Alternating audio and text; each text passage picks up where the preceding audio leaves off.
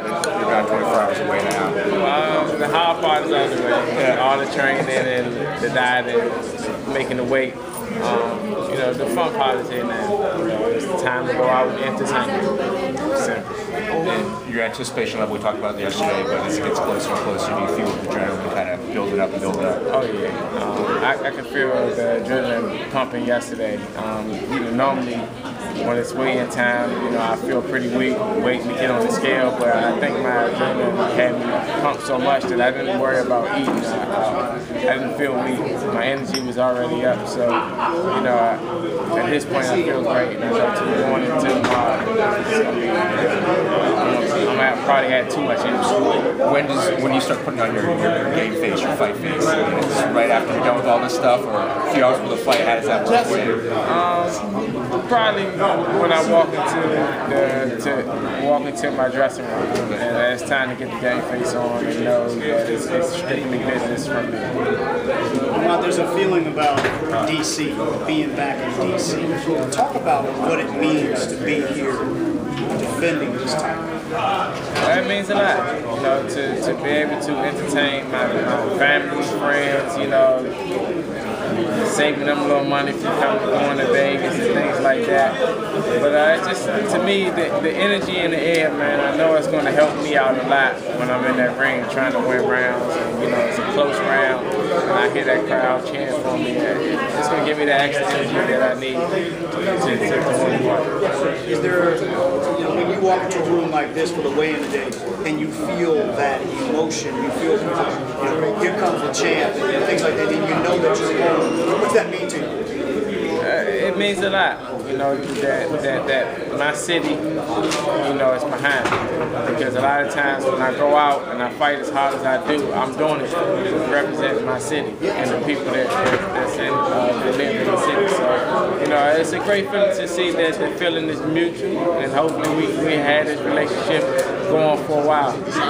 What's the main thing that you took away from 14 months away from the ring, now that you're 1 day away from your fight? What's the biggest thing that you took away from the whole experience? I just really took time to rest and to work on, things that I need to work on in the ring. I know I'm a world-class fighter, but at the end of the day, we all make mistakes, and it's all things that we can get better on. So I just took that time out to really work on some things. This isn't about redemption. Is this about reclaiming your integrity and things of that nature? Because people are still going to have their arms crossed and a wait and see about everything that's gone down the last 14 months. Do you feel like your reputation's on the line, or are you beyond that? Regardless if I'm beyond it or not, the truth is, I got something to prove. At the end of the day, it's really nothing to prove. I look at it as it's a little reminder that before the Khan fight, Lamont Peterson can fight. So if you take that fight away, I just need to remind certain people that even if you take that fight away, I'm still a world-class fighter. This is a guy who's been knocked out. This is a guy who's been knocked out. This is a guy who's got concussive power. And this is also a guy who, some people say his style is unpredictable as a snowflake. Can you characterize Kendall Holt, I guess, in those terms, taking all those things into account? Those things are all a part of boxing. He's a fighter. You only get knocked down, knocked out. You're going to knock some people out. You're going to have bad nights. You're going to have good nights. So, I just got prepared for the best Kendall Holt. And at this point, the best Kendall Holt to me is one who's, who has good speed. He's a big puncher. He's going to stay focused for 12 rounds, and he's going to put up a hell of a fight. You have said that you're prepared for any Kendall Holt. In your gut, do you think that this is going to turn out to be a fight? Some people are saying this is potentially an early candidate for fighting the year. Well, I'm expecting a tough fight. at some point, you know, I know that Kendrick did not want to lose this fight. You know, being a champion feels like. So he want to be a champion again. I know he's going to give his best effort. Is it a mistake on his part, you know, and others to say that you're a traditionally slow starter? I've seen that surface lately, and I think they're looking at what happened more in the Amir Khan fight, maybe what happened in the Tim Bradley fight, in the third round of that fight, maybe what happened in the third round of the Ortiz fight.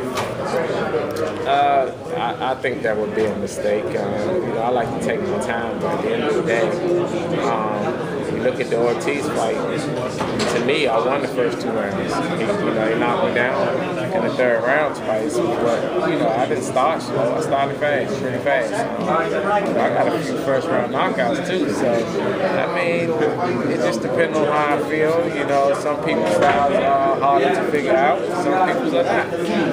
So with Kendall, it might be, I might figure his style out quick. It just depends on how I feel. So that's what, you know, the way he want to look at it, that's on him.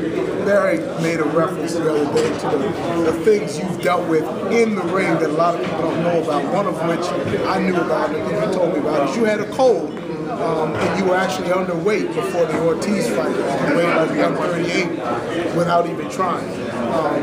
What does that say about your mentality and your fortitude in the ring?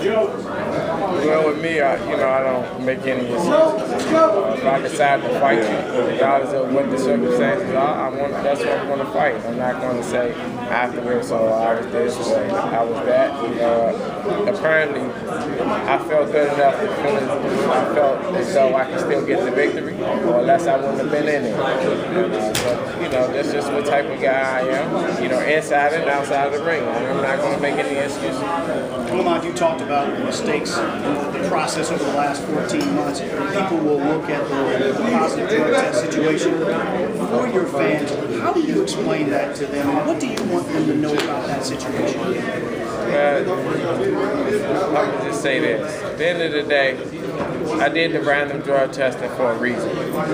You know, to pretty much shine the light on, you know, random drug testing, people, you know, taking pads in boxing. I can't say that I didn't get my wish. My wish didn't come true. You know, it shined the light. It did everything that I wanted it to do. It kind of pointed some fingers at me, and I had to take some heat for it. But at the end of the day, as long as I got what I wanted, you know. Were you, when you look back on the process, do you wish that maybe checking with the WBA would have been the right step to take before going to the doctor and things of that nature? Do you wish that maybe it would have worked out? No. I don't. We were just in a rules meeting, and everything's been done as far as drug testing. You know, first time, you know, really, you know, it's going to be blood testing and urine testing, and really like a liquid style drug testing before this fight. Normally, this doesn't happen. So I would say this 14-month layoff, all these people saying all this bad stuff about it, I would say it was progression as far as the goal that I want. Eventually, I would love to see the day where there's blood and urine drug testing, there's more random drug testing, and from what I just heard in this fighters meeting, I think it's going pretty good. Will a win against Kendall Holt kill all that talking? Will that put everything behind? And then we can start talking about Lamont Peterson, world champion, to the next fight. Is that what it's going to take to get all that out the way? In your mind? In my mind, the win over Kendall Holt will silence, stop pointing the finger at me. And eventually look at what I'm trying to accomplish and look at what I have accomplished here as far as drug testing. All right. Leading up to this fight, you know, yourself and your brother been fighting on ESPN before. Now, for ESPN, this would be probably one of the biggest fights in a long while since it's an IBF championship fight. And you said that you pretty much, when you wasn't a champion then fighting on ESPN, once you regained the championship, you would come back to fight for them. Is this like that payback to them? Oh yeah, it's not really like a payback. To me, I love ESPN. You know, I wish, you know, a lot of times, you know, you get to the championship level, and of course, you know, you earn more money, you deserve more money, and a lot of times ESPN not willing to pay it. But to be honest, putting money and everything else aside, to me, they the best network out there as far as boxing. You know, I think they're a step ahead of HBO and show. So people that still want to come to the fight, they can go to Ticketmaster.com, or they can talk to your PR guy, Andre Johnson, for tickets, right? Yeah, they're still on Ticketmaster, the box office, or you can. Do they contact them through telephone number or something? Yeah. I don't know if you want everybody. Exactly. So yeah, you can go through Ticketmaster. Box office. All right.